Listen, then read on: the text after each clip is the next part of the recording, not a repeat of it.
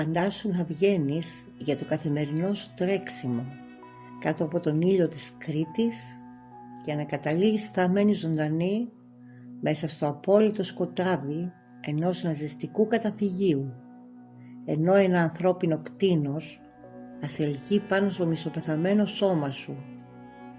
Αυτό ήταν το φρικτό αργό μαρτύριο της παγκοσμίου φήμης Αμερικανίδας βιολόγου Σουζάν Ήτον.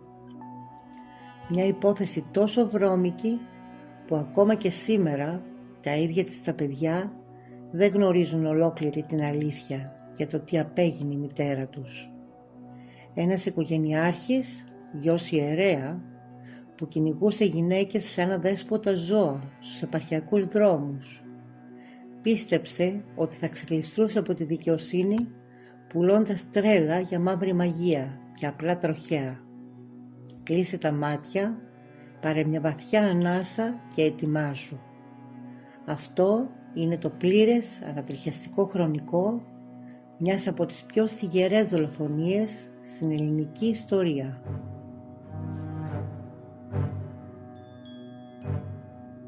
Η Σουζάν Ήτον δεν ήταν μια τυχαία τουρίστρια.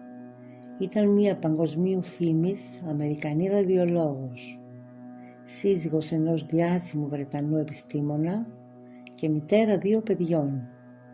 Είχε έρθει στα Χανιά για να μιλήσει σε ένα διεθνές επιστημονικό συνέδριο στην Ορθόδοξο Ακαδημία Κρήτης.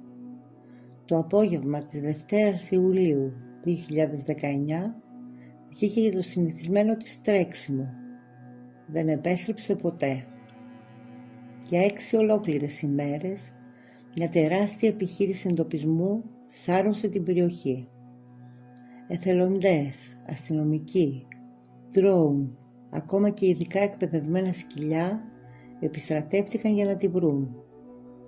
2 ντόπιοι που εξερευνούσαν το δίκτυο των παλιών γερμανικών οχυρώσεων εντόπισαν τη σωρό της, βαθιά κρυμμένη μέσα σε ένα δεδαλώδες τεχνητό σπήλαιο. Η είδηση του θανάτου της προκάλεσε παγκόσμιο σοκ και αποτροπιασμό. Αυτό που επρόκειτο να είναι μια ομιλία ρουτίνας σε ένα επιστημονικό συνέδριο μετατράπηκε μέσα σε λίγες ώρες στο απόλυτο σκηνικό τρόμου. Η 60χρονη Αμερικανίδα βιολόγος Σουζάν Ήτον δεν εμφανίστηκε ποτέ στο βήμα της Ορθοδόξου Ακαδημίας Κρήτης εκείνο το απόγευμα της Δευτέρας Ιουλίου 2019. Το ρολόι έδειχνε 6. Η θέση της παρέμενε άδεια και το τηλέφωνό της νεκρό. Καθώς το σκοτάδι έπεφτε στα Χανιά, η αμηχανία των διοργανωτών μετατράπηκε σε παγωμένο τρόμο. Η διακεκριμένη ερευνήτρια είχε εξαφανιστεί από προσώπου γης. Η Σούζαν εκείνο το μεσημέρι είχε βγει για τρέξιμο. Είχε αφήσει πίσω στο δωμάτιό της τα ρούχα, τα χρήματα και το κινητό της τηλέφωνο. Για την ασφάλεια Χανίων, αυτό το άθικτο δωμάτιο ήταν το μοναδικό του στοιχείο και η πιο ξεκάθαρη απόδειξη. Η εξαφάνιση δεν έγινε με τη θέλησή της. Κάτι σκοτεινό της σταμάτησε στο δρόμο και ο χρόνος για τη ζωή της μετρούσε ήδη αντίστροφα. Ένα πρωί ένας άντρας ξυπνάει έχοντας ήδη πάρει μια φρικιαστική απόφαση: να στερήσει μια ζωή για να ικανοποιήσει το αρρωστημένο του πάθος, το οποίο τροφοδοτούσαν οι νύχτες που περνούσε βλέποντας ταινίες σκληρού πορνό. Αυτό το ανθρωπόμορφο τέρας περιέγραψε στη συνέχεια με κάθε ανατριχιαστική λεπτομέρεια στην ομολογία του το πώς ακριβώς παγίδευσε και σκότωσε την Αμερικανίδα βιολόγο Σουζάν Ήτον. Μου αρέσει να κάνω ανομαλίες, να κάνω αυτά που βλέπω στις πορνοτενίες, αλλά ξέρω ότι καμία γυναίκα δεν θα καθόταν να τα κάνει και γι' αυτό τις χτυπούσα με το αυτοκίνητο, για να τις ακινητοποιήσω και να τις βιάσω. Αυτή είναι η κοινική ομολογία του 27χρονου Γιάννη Παρασκάκη στις αρχές.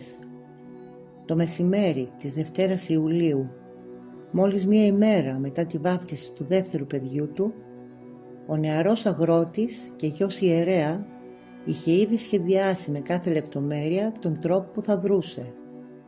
Το μόνο που απέμενε για να βάλει μπροστά το φρικιαστικό του σχέδιο ήταν να βρει το κατάλληλο θύμα. Από το πρωί είχα την επιθυμία να βρω μια γυναίκα και να της επιτεθώ για να την βιάσω. Με αυτή την παγωμένη φράση, ο δράστης αποκαλύπτει πώς σχεδίασε το έγκλημα. Γνώριζε από την αρχή ότι για να κινητοποιήσει το θύμα του θα έπρεπε να το παρασύρει με το αυτοκίνητο και είχε προβλέψει ακόμα και τη μεταφορά του. Για τον σκοπό αυτό έψαξε και βρήκε μια ομπρέλα θαλάσσης, ξύλωσε τα μεταλλικά της κομμάτια για να κρατήσει μόνο το ύφασμα που θα τύλιγε τη γυναίκα. Ακόμη και οι πιο έμπειροι αστυνομικοί αηδίασαν από τον παγερό τρόπο με τον οποίο ο Γιάννης Παρασκάκης περιέγραψε πως ερεθίστηκε βλέποντας τη Σούζαν Ήτον να κατευθύνεται προς το μνημείο των πεσόντων Ευελπίδων. Κατά τη διάρκεια της ανάκρισης, ο δράστης έδειχνε να ξαναζεί με απόλυτο σαδισμό κάθε δευτερόλεπτο της επίθεσης. Με έναν εντυπωσιακά κοινικό τρόπο, ο δολοφόνος εξήγησε πως εντόπισε την Αμερικανίδα βιολόγο την ώρα που έκανε τζόκινγκ και πως άπλωσε τον ιστό του γύρω από τον υποψίαστο θύμα του, οδηγώντας την στο πιο εφιαλτικό ραντεβού θανάτου. Πήγα στην παραλιακή από το Μάλεμε ως το Κολυμπάρι ψάχνοντας μία γυναίκα. Πήγα στο μνημείο γιατί ήξερα ότι είναι απομονωμένο και πηγαίνουν τουρίστριες. Με αυτά τα λόγια ο δράστης περιγράφει πώς άρχισε να καταδιώκει τη Σούζαν Ήτον, κρατώντας απόσταση για να μην γίνει αντιληπτός. Όταν εκείνη έστριψε, ο δολοφόνος έστησε καρτέρι θανάτου. Την περίμενα από πίσω και έπεσα πάνω της με το αυτοκίνητο για να την εξουδετερώσω. Προσπάθησε να σηκωθεί και την ξαναχτύπησε με την όπισθεν, εγκλωβίζοντας το σώμα της κάτω από το προφυλακτήρα. Όταν βγήκα, είδα ότι είχε κοπεί το αυτί της. Το σήκωσα, το έβαλα στο πορτμπαγκάζ, τύλιξα τη γυναίκα με την ομπρέλα και την πέταξα και εκείνη μέσα.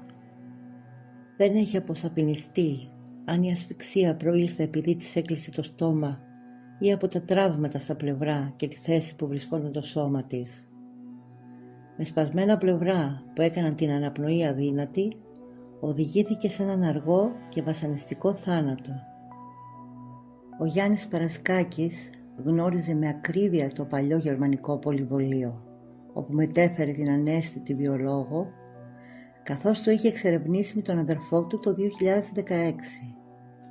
Τα όσα έλεγε τότε σε βίντεο που ανέβασε στο YouTube προκαλούν την ανατριχιαστική βεβαιότητα ότι σχεδίαζε από τότε να το χρησιμοποιήσει ως τάφο για κάποιο θύμα του, όπως και έκανε 3 χρόνια μετά, πετώντας το σώμα της Σούζαν Ήτον από το φρεάτιο εξαρισμού. Κατά την εξερεύνηση του 2016, τα 2 αδέρφια είχαν εντοπίσει οστά, με τον Γιάννη Παρασκάκη να ακούγεται στο βίντεο να λέει «Νομίζαμε ότι πρόκειται για κάποιον άνθρωπο, κάποιος να τον έχει πετάξει, ποτέ δεν ξέρεις, τόσα γίνονται». Η αστυνομία, σχεδιάζοντας μια ακτίνα 30 χιλιόμετρων στο χάρτη, από την πόλη των Χανίων μέχρι την Ορθόδοξο Ακαδημία, σάρωσαν όλες τις κάμερες ασφαλείας και άρχισαν να ελέγχουν κάθε ύποπτο όχημα. Ανάμεσα σε αυτά ήταν και το αυτοκίνητο του Γιάννη Παρασκάκη. Η λεπτομέρεια που πρόδωσε τον δράστη και πυροδότησε τις υποψίες των αστυνομικών ήταν σοκαριστική. Ενώ ολόκληρο το όχημά του, εξωτερικά και εσωτερικά, ήταν πληγμένο στη βρωμιά, το πορτμπαγκάζ του ήταν πεντακάθαρο, φρεσκοπλημμένο και μύριζε έντονα χλωρίνη. Έτσι, ο 27χρονος μπήκε οριστικά στο στόχαστρο των αρχών. Όταν οι αστυνομικοί ανακάλυψαν και τη σελίδα του στο Facebook και τα βίντεό του στο YouTube, όπου ο ίδιος εξερευνούσε τη σπηλιά τάφο της Σούζαν Ήτον. Ο νεαρός αγρότης προσήλθε στην ασφάλεια Χανίων, διατηρώντας μια παγερή ψυχραιμία, ακόμα και τη στιγμή που οι αστυνομικοί άνοιξαν το κινητό του και βρήκαν αποθηκευμένο πορνογραφικό υλικό με νεκρόφιλους. Η απόλυτη ανατροπή ήρθε όταν οι αρχές του πέταξαν στο τραπέζι το ύφασμα μιας ομπρέλας που βρέθηκε στο σπίτι του, το οποίο τέριαζε απόλυτα με ένα κομμάτι υφάσματος που είχε εντοπιστεί δίπλα στο πτώμα της βιολόγου. Μπροστά στην αδιάψευστη απόδειξη, η ψυχραιμία του κτήνους διαλύθηκε και ο Παρασκάκης τρομοκρατεί. «Εντάξει, θα σας πω». Με αυτή τη φράση η ψυχραιμία του Γιάννη Παρασκάκη κατέρευσε οριστικά και μέσα σε 2 ώρες ομολόγησε με κάθε λεπτομέρεια το φρικιαστικό του έγκλημα. Ο δολοφόνος προσπάθησε να δικαιολογηθεί, ισχυριζόμενος στους αστυνομικούς ότι κατάλαβε το κακό που είχε κάνει πολύ αργότερα. Παρά τα λόγια του όμως, η στάση του πρόδιδε την απόλυτη αλήθεια. Ο 27χρονος δεν έδειξε ούτε μια στιγμή το παραμικρό ίχνος πραγματικής μετάνοιας για το μαρτύριο που επέβαλε στη Σούζαν Ήτον. Η αστυνομία, σκάβοντας βαθύτερα στο παρελθόν του, τον ανάγκασε να υποδείξει τουλάχιστον 7 με 8 σημεία στην Κρήτη, όπου είχε στήσει έδραση θανάτου. Υπέγραψε συμπληρωματική ομολογία. Ήταν ένας συστηματικός θηρευτής που απλά έτυχε να ολοκληρώσει το φρικτό του έργο στη Σούζαν Ήτον. Η αδερφή της Σούζαν, ξεσπώντας έξω από το δικαστήριο, είπε τη μοναδική φράση που αποτύπωσε τον δρόμο μιας ολόκληρης κοινωνίας. «Το μόνο που θέλουμε είναι αυτό το τέρας να μην ξαναβγεί ποτέ έξω, για να μην κάνει ποτέ ξανά το ίδιο σε καμία άλλη γυναίκα». Ο Ιωάννης Παρασκάκης δοκίμασε να παίξει το τελευταίο του χαρτί μέσα από τη φυλακή Τρυπόλεως. Έγραψε ένα γράμμα, μια υποκριτική συγγνώμη απευθυνόμενη στην οικογένεια της Σούζαν Ήτον. Ένα γράμμα γεμάτο δικαιολογίες για σκοτεινές δυνάμεις που τον κυρίευσαν. Όμως η ίδια του η οικογένεια του γύρισε την πλάτη. Οι γονείς του, συντετριμμένοι από την ντροπή, αρνήθηκαν να παραδώσουν το γράμμα στην οικογένεια του θύματος. Το κράτησαν κλειδωμένο. Δεν ήθελαν να προκαλέσουν άλλο πόνο με τα ψέματα του γιού τους. Ο ίδιος ο πατέρας, ένας ιερέας της Κρήτης, αναγκάστηκε να ζητήσει δημόσια συγγνώμη για τις αποτρόπαιες πράξεις του παιδιού του, βλέποντας το όνομα της οικογένειάς του να σέρνεται στις πιο μαύρες σελίδες του αστυνομικού ρεπορτάζ. «Λυπόμαστε πολύ. Λυπάμαι πραγματικά για ό,τι συνέβη. Υποφέρουμε κι εμείς. Φυσικά η πλευρά της άλλης οικογένειας υποφέρει περισσότερο, γιατί έχασαν κάποιον. Αλλά κι εμείς είμαστε διαλυμένοι. Εγώ προσωπικά είμαι συντετριμμένη. Σε ποιον αρέσει να τον λένε μητέρα δολοφόνου ή η οικογένεια δολοφόνου?» Με αυτά τα γεμάτα απόγνωση λόγια, η μητέρα του δράστη περιγράφει το δικό της ισόβιο εφιάλτη. 5 χρόνια μετά το άγριο έγκλημα, η οικογένεια της Σούζαν Ήτον έρχεται πρόσωπο με τον απόλυτο εφιάλτη μέσα σε μια δικαστική αίθουσα. Οι 2 γη της και η αδερφή της Τζούλη βρίσκονται ήδη στα Χανιά για να αντικρίσουν τον δολοφόνο στο μεικτό ορκωτό εφετείο Δυτικής Κρήτης και να ακούσουν για πρώτη φορά τις ανατριχιαστικές λεπτομέρειες των όσων βίωσε η μητέρα τους πριν ξεψυχήσει. Την ίδια ώρα, ο σύζυγός της Τόνι, αν και βρίσκεται στην Ελλάδα, αρνείται να πατήσει το πόδι του στη δίκη, λυγίσοντας μπροστά στην ιδέα να κοιτάξει στα μάτια το κτήνος που της στέρισε τη ζωή. Όπως αποκάλυψε η δικηγόρος της οικογένειας, Βάσο Πανταζή, τα 2 αγόρια προστατεύτηκαν από τις πιο άγριες λεπτομέρειες του εγκλήματος. Ο μεγαλύτερος γιος χρειάστηκε χρόνια ψυχολογικής υποστήριξης για να μάθει ότι η μητέρα του δολοφονήθηκε. Όμως η οικογένειά του έχει κρύψει το πιο εφιαλτικό κομμάτι. Δεν γνώριζαν μέχρι σήμερα ότι η Σούζαν Ήτον έπεσε θύμα βιασμού. Πίστευαν ότι απλώς τη σκότωσε ένας άντρας που παραμόνευε και τώρα περίμεναν τη δίκη για να μάθουν για πρώτη φορά τι πραγματικά συνέβη εκείνη τη μοιραία ημέρα. Το σώμα της Σούζαν Σάπιζε για 6 μέρες μέσα στην υγρασία μιας σπηλιάς και η ίδια η αποσύνθεση είχε σβήσει τα ίχνη του βιαστή της, δίνοντάς του το δικαίωμα να τη βγάλει ψεύτρα μέσα στο δικαστήριο. Αυτό το απόλυτο θράσος επιχείρησε ο Ιωάννης Παρασκάκης.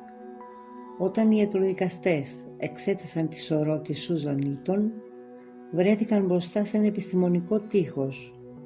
Δεν υπήρχε αξιοποιήσιμο DNA που να αποδεικνύει τον βιασμό.